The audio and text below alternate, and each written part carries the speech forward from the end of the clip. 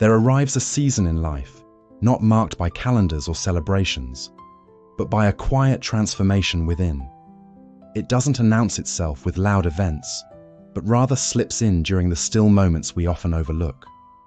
Maybe it's in the hush of a slow morning, where sunlight stretches softly across the floor, and for once, there's no rush to be anywhere. Or perhaps it's in a simple act, hands immersed in warm dishwater, eyes drifting toward a garden, heart wondering how time passed like wind through autumn leaves. In these silent pauses, something deeper begins to awaken, a shift in how we define strength, no longer measured by power, ambition, or dominance, but by the calm we carry through life's uncertainty. True strength begins to feel like something quieter, not a loud declaration, but a still presence that doesn't waver. And so, let me ask you a question, one that may linger with you longer than expected. Why is it that some elders, even after enduring great loss, seem to glow with an unshakable peace, while others break under the weight of far less? Is it just personality, or luck, or perhaps family, faith, or fortune? Or could it be something more subtle, something found not in what life gives or takes, but in the way we respond? We've often been told that suffering is a natural part of life, and that's true. Pain visits everyone. But suffering, that heavy feeling that clings to us, that turmoil in the mind, that fear we carry like a shadow, that can be changed. What if strength isn't something you're born with, but something you grow, slowly, gently, regardless of age, background, or past? This isn't the kind of strength glorified in speeches. It's not about powering through or burying your emotions. It's not about pushing harder. This is the strength of inner stillness, the kind nurtured through Buddhist wisdom. It's the discipline to be present, the courage to let go, and the clarity to remain grounded in the face of life's storms. And so, if you've ever found yourself lying awake, quietly whispering, "There has to be another way to carry this," then you are not alone. This is not a lesson in toughness. This is an invitation to walk a gentler path, to rediscover the peace beneath all the noise, and to shape a mind that is steady, compassionate, and wise. Let us take the first step, together. Part 1. Suffering is a teacher, not the enemy. There's a quiet truth that often reveals itself only with time. Suffering doesn't always mean something is wrong. Sometimes it means something meaningful is unfolding beneath the surface, something we're finally ready to face. From a young age, many of us are taught to avoid pain at all costs. If it hurts, fix it. If it breaks, hide it. Move on quickly and pretend you're fine. That mindset might work for a while, but as we grow older, especially as life begins to slow, we start to see things differently. The pace of wisdom changes, and suddenly we begin to understand. The point isn't to escape suffering. It's to learn how to sit quietly in its company. Buddhist teachings capture this insight with profound clarity in the parable of the two arrows. The Buddha explained that when we face pain, be it illness, loss, or betrayal, that's the first arrow. It hurts. But there's a second arrow that often strikes us more deeply, the one we fire at ourselves. That's the resistance, the judgment, the fear, the longing for things to be other than they are. And it's this second arrow that deepens our suffering. Consider the story of a woman in a small Thai village. Let's call her Meena. After her husband passed away unexpectedly, her grief consumed her. But it wasn't only the loss that weighed her down, it was the guilt. If only I'd noticed the signs sooner, she'd tell herself. If only I had made him see a doctor. The sorrow of loss was real. That was the first arrow. But the blame and self-punishment, that was the second. In time, Meena visited a forest monastery, where an old monk offered her gentle wisdom. He said, "The river will carry you, but only if you let go of the branch." His meaning was simple. Pain is natural, but clinging to it, replaying it, identifying with it, is what keeps us stuck. Buddhist philosophy, suffering, dukkha, is not seen as a failure or a punishment. It's part of the path. The First Noble Truth reminds us that suffering exists, but the beauty lies in the truths that follow. Suffering has a cause, and it also has an end. And the way to end it begins with understanding, not avoidance. For many people later in life, pain is not a stranger. There have been losses, disappointments, dreams that faded, and bodies that no longer feel the same. But instead of asking, "Why is this happening to me?" what if we asked, "What is this here to teach me?" That one question, rooted not in resistance, but in curiosity, begins to change everything. Like clay shaped by pressure, or steel strengthened by fire, the human spirit grows not through ease, but through the choice to soften in the face of pain rather than harden. So when suffering comes, as it inevitably will, don't turn it away. Welcome it. Sit beside it. Ask what it has come to show you. And when it eventually departs, it may leave behind something quiet and lasting. The beginnings of a mind that cannot be shaken. Part 2. Learning stillness in the midst of life's storms. There's an old saying, calm waters never taught a sailor anything. And if there's one thing life guarantees, it's that the seas will get rough. When we're young, our instinct is to outrun the storm. We brace ourselves, build up defenses, move quickly, hoping that effort alone will save us from pain. But as the years pass, something shifts.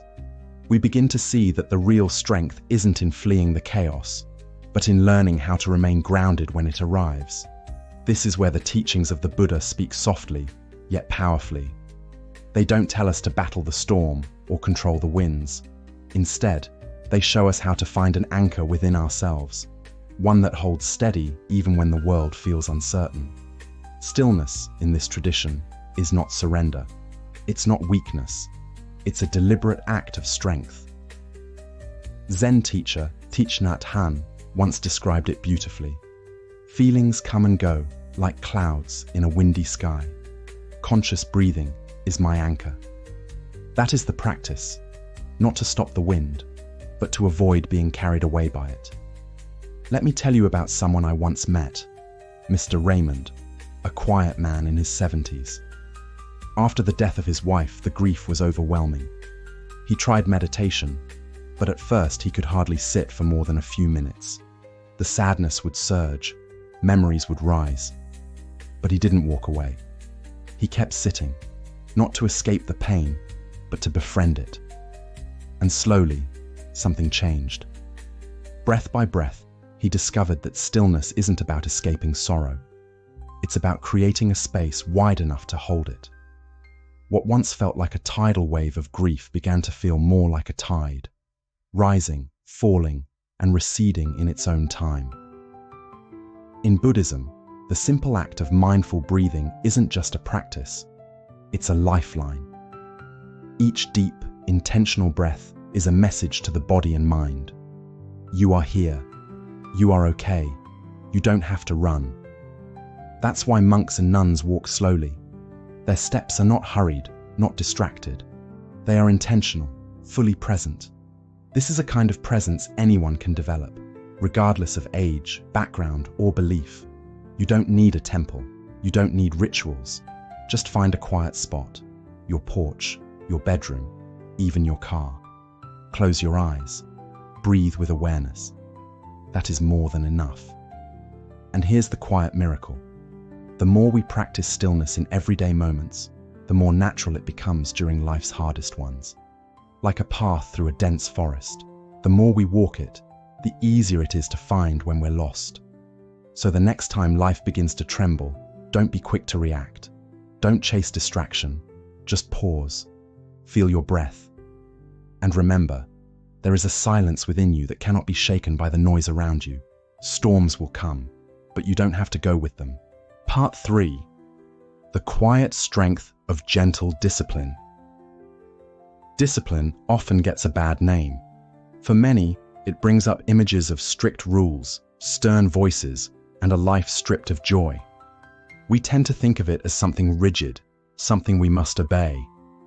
But through the lens of Buddhist philosophy, discipline isn't about control. It's about care. It's not punishment. It's protection. In the teachings of the Buddha, the word for discipline, sila, means ethical living, a steady alignment of your actions with your deeper values. It's not there to restrict you. It's there to guide you gently back to your own center, again and again. And here's the paradox. As we grow older, as life slows down on the outside, the noise inside often gets louder. The structure once given by careers, routines, or raising families begins to fade. Time opens up, and with it, the need to consciously shape how we spend our days. So what keeps us rooted when the world no longer demands so much of us? Discipline. But not the discipline of pressure. The discipline of presence. Let me share the story of Helen, a retired school teacher in her 80s. Every morning, without fail, she begins her day the same way, washes her face with cold water, lights a small candle on her kitchen table, and sits quietly with a cup of tea before saying a single word. She told me once, "It's not a habit, it's how I return to myself." This is what gentle discipline looks like. It's not about forcing your life into rigid molds. It's about showing up with quiet devotion. It's about remembering who you are before the world tells you who to be. The Buddha never spoke of chasing big achievements. He spoke of right action, right speech, and right mindfulness. Simple steps, taken consistently. Making your bed with care, walking slowly, speaking with intention.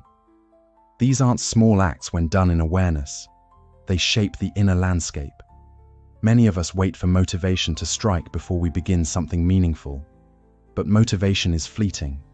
Discipline, on the other hand, is what remains when the excitement fades. It's the quiet decision to keep showing up, even when you don't feel like it. Especially then. And here's something powerful. Every time you follow through on what you said you would do, you rebuild trust in yourself. Not the kind of confidence that shouts, but the kind that stands quietly and says, "I can rely on me." If your days feel shapeless, if you feel adrift, don't wait for life to hand you purpose. Shape it yourself. Wake up with a moment of silence. Fold the laundry as if it matters. Sit for 10 minutes each morning, not to become someone new, but to return to someone ancient, yourself. That is enough. That is discipline. That is power. Part 4. Strength is found in what you release. As we move through life, wisdom tends to gather, slowly, quietly, like snow on a mountain peak. But even with that wisdom, we sometimes carry more than we need. Not the heavy burdens we can name easily, but the subtle ones. The quiet habits of mind that chip away at our peace without ever announcing themselves. In the Buddhist tradition, the art of letting go is not a single moment of release. It's a rhythm, a returning, a practice of noticing, again and again, what we've begun to carry that no longer serves us. Letting go is not rejection. It's not suppression. It's recognition. It's choosing to set down what once felt necessary, but now only weighs down the heart. There are 3 patterns, especially in the later seasons of life, that quietly weaken the strength of the mind. And they don't shout, they whisper. First, the habit of complaining. It's easy to slip into. A slow drip of dissatisfaction. This didn't go right. That person let me down. The world isn't how it used to be. But the danger isn't in expressing pain. It's in making that pain our default lens. The Buddha reminded us, what we frequently think and ponder upon, that will become the inclination of the mind. So if we live in complaint, we begin to shape our world in its image. Letting go of it doesn't mean pretending everything is fine. It means asking, is this helping? And if not, we shift from reaction to awareness, from helplessness to presence. Sometimes, that's all it takes to reclaim our peace. Second, the pull toward comfort. After years of striving, struggling, and surviving, We often feel we've earned rest, and we have. But comfort, unchecked, becomes its own kind of cage. It can soften not just the body, but the spirit. In Buddhist monastic life, comfort is not the goal. Clarity is. So monks wake early, walk mindfully, eat simply, not to suffer, but to stay awake. For us, it may mean taking the longer walk, speaking the truth we've avoided, or breaking the patterns that keep us in place. We don't need to deny ease, but we can choose discomfort when it helps us grow. Third, the refuge of excuses. They often sound kind. It's too late for me. I've always been this way. But beneath them often hides fear. Fear of change, of failure, of facing the unknown. And yet, Buddhist teachings remind us of anicca, impermanence. Nothing is fixed. Not our thoughts, not our habits, not even our identity. Every breath holds the invitation to begin again. The only thing standing in our way is the belief that we can't. So what if we stopped asking whether it's too late, and instead asked, what small step can I take today? Because letting go is not about loss. It's about space. It's about clearing out the mental clutter that keeps us circling the same thoughts, the same stories, the same regrets. And when we release even one of them, something shifts. The shoulders relax. The breath deepens. The mind becomes a little quieter, a little clearer. And in that stillness, something beautiful begins to return. Not noise, not drama, but strength. The kind that doesn't come from adding more, but from finally setting down what was never ours to carry. Part 5. Turning fear of failure into the foundation for growth.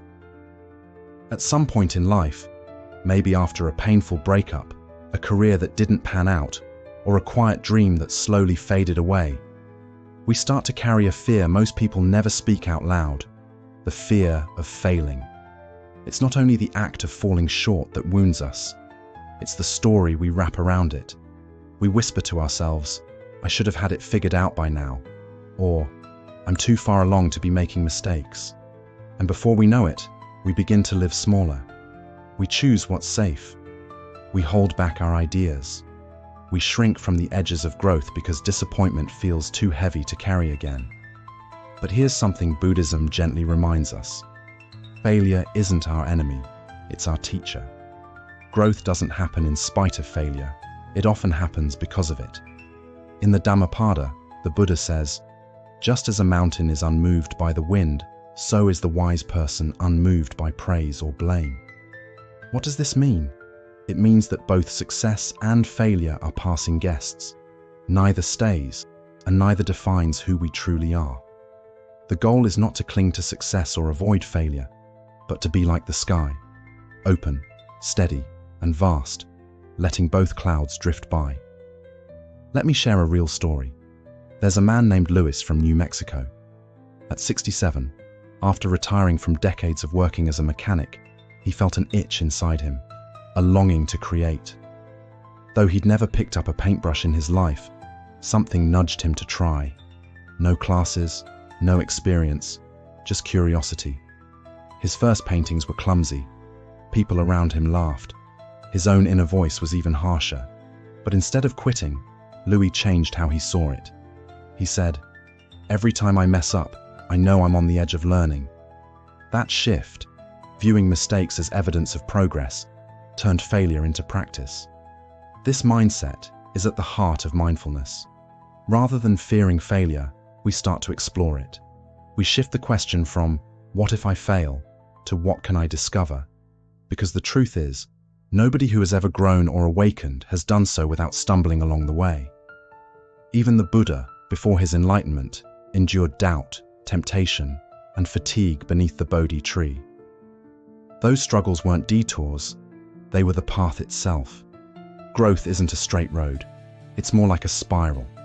We circle back, we falter, we rise again, and especially as we age, we might believe our window for change has closed. But Buddhist wisdom tells us the opposite. Now is the perfect time to embrace failure, because now we carry the wisdom to see it differently. So next time you feel afraid to start, to speak, to try, to dream, listen to that inner whisper that asks, "But what if I fail?" and reply with kindness, "Then I'll grow." Just like the soil must break open for seeds to root, our lives often bloom through the cracks. Every step, including the stumbles, is part of this sacred unfolding. Part 6. Quiet strength, the power that doesn't shout. We live in a world that often mistakes volume for power, where the loudest voice is assumed to be the strongest. But the deeper we travel through life, the more we come to understand a different truth. Real strength rarely announces itself. It doesn't demand attention. It doesn't dominate the room. It's like the roots of an old tree, silent, unseen, yet steady enough to weather any storm. In Buddhist philosophy, there's an image that captures this beautifully: a single candle burning in stillness. It doesn't try to outshine the darkness. It doesn't waver for applause. It simply glows, constant and calm. That's the essence of inner strength.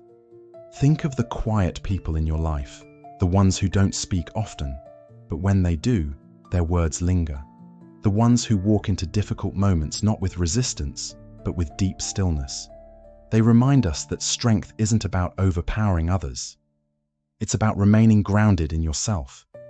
Consider the story of Tenzin, a Buddhist nun who endured the heartbreak of losing her homeland, her community, and so many she held dear. She had every reason to turn bitter, and yet, when asked what frightened her most during those years, her answer was astonishing: that I might lose my compassion. That is strength, not the kind that fights to be heard, but the kind that chooses to remain open-hearted even when the world tries to harden you. The kind that grows from equanimity, the Buddhist virtue of calm amidst chaos. It's not that emotions vanish, it's that we stop clinging to them. The mind becomes like the ocean, still beneath the waves. Western culture often teaches us to equate emotion with weakness. That crying means you're fragile, that walking away from conflict is giving in. But Buddhist wisdom offers a deeper view. True power lies not in reaction, but in presence. The Buddha taught, hatred never ends through hatred. Only through love can it cease. And to choose love, not passively, but mindfully, in the midst of pain or judgment, is a quiet act of immense courage. So when someone criticizes you, misjudges you, or tries to provoke you, pause. Ask yourself, what would strength look like if it didn't need to win? Maybe it looks like silence. Maybe it's a soft response. Or maybe it's simply walking away without losing yourself. You don't need to argue. You don't need to prove anything. You just need to stay centered in who you are. Because real power isn't loud. It's deliberate. It doesn't grasp for control. It chooses peace, again and again. And as time passes, we begin to realize the most valuable thing we carry isn't how often we've won, but how often we've stayed true. Not how loud we've been, but how deeply we've lived. So when the world tugs at you, dares you to react, remember the candle in the quiet room and say to yourself, softly but firmly, I remain in what matters most. Conclusion. And so, if you've ever felt like you're arriving late to peace, know this: peace has been quietly waiting for you all along. It doesn't demand perfection. It doesn't require a flawless past. It only asks for your presence, here, now, in this breath. The strength you seek is not loud. It doesn't come from conquering the world, but from returning, again and again, to the stillness within you. Let go of the weight you no longer need. Breathe into the moment as it is. And remember, every sunrise, every soft silence, every pause is an invitation to begin again. If this message touched something deep in you, consider walking this path with us. Subscribe to Deepest Wisdom for more gentle reflections and timeless Buddhist teachings, crafted to help you cultivate clarity, compassion, and strength, especially in life's later seasons. And in the comments below, share one thing you're choosing to release, or one gentle step you're ready to take toward inner stillness. Your story might be the light someone else needs. Until then, may your heart be light, your mind be steady, and your days be touched by peace.